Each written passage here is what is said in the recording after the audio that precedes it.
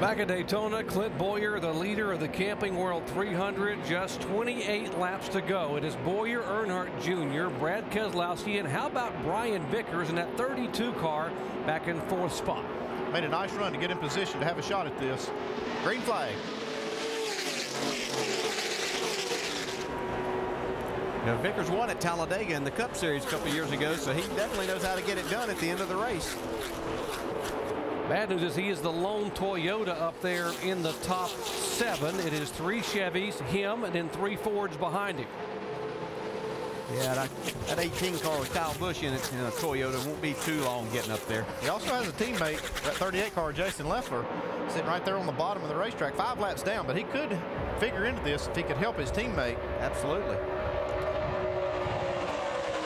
Let's see what Mr. Dale Earnhardt Jr. wants to do with Clint Bowyer. Remember, he's got his teammate right on his bumper, Brad Keselowski. And Brad goes to the inside. See Vickers up high. Jamie? You guys are talking about Brian Vickers, how good he is on these restrictor plate tracks. Well, he happens to have a great car. They have made no adjustments all race long. He started 27, running up there in the front. And guys, he's very aware of the freight train of Fords right behind him. If you have a fast car, it's funny how it doesn't make a difference what kind of car it is behind you. They tend to go with you.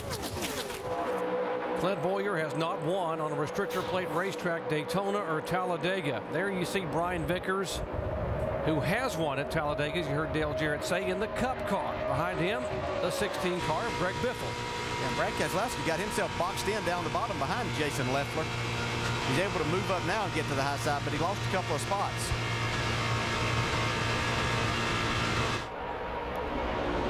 Well, Earnhardt Jr. trying to inch up and get in line. He cannot get there. Well, pushing and shoving through the tri-oval right here. Man, that's not exactly a place where Rusty and I were talking before in the countdown show where you do and you don't bump draft, and through the tri-oval was one of those places you generally don't, but they got away with it. Biffle got into the back of Brian Vickers pretty hard. Well, less than 30 laps to go, and history tells us if we're going to have a big one, it may be coming soon. I don't think there's any doubt, because these guys are going to run totally out of patience here shortly. There's some bump drafting right here.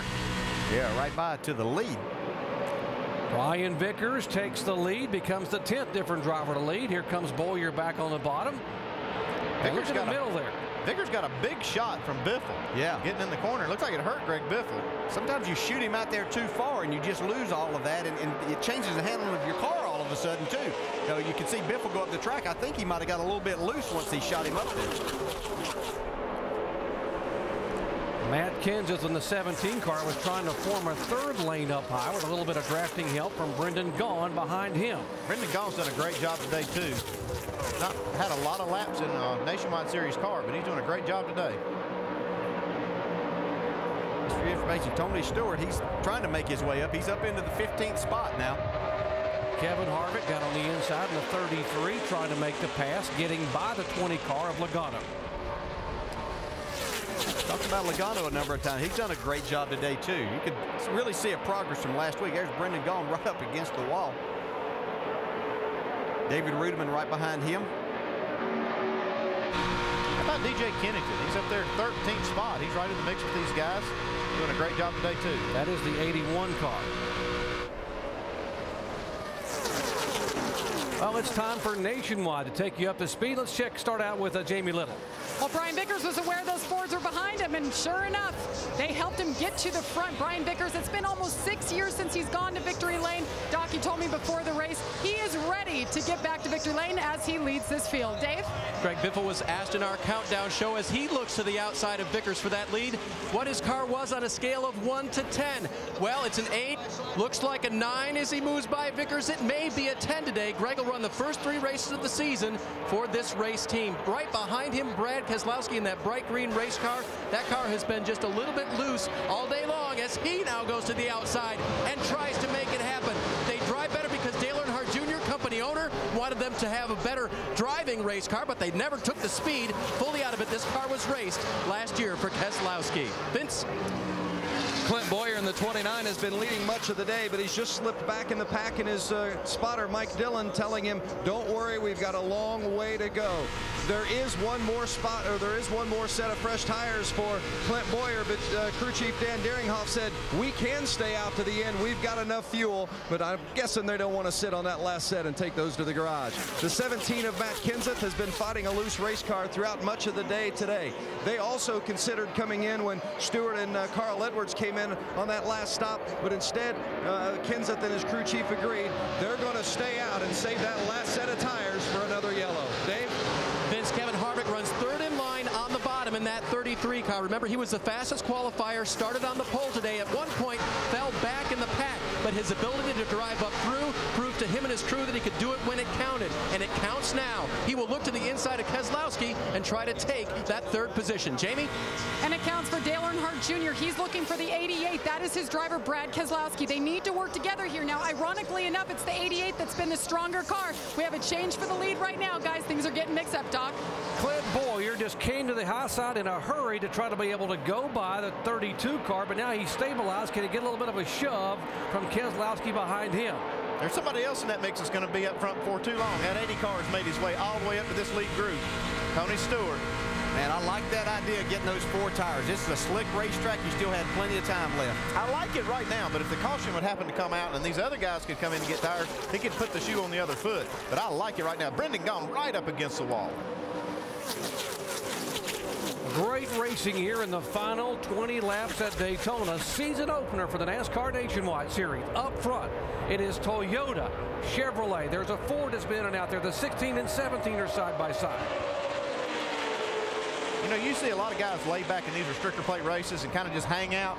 Right now, with 20 laps to go, there's nobody holding back anything.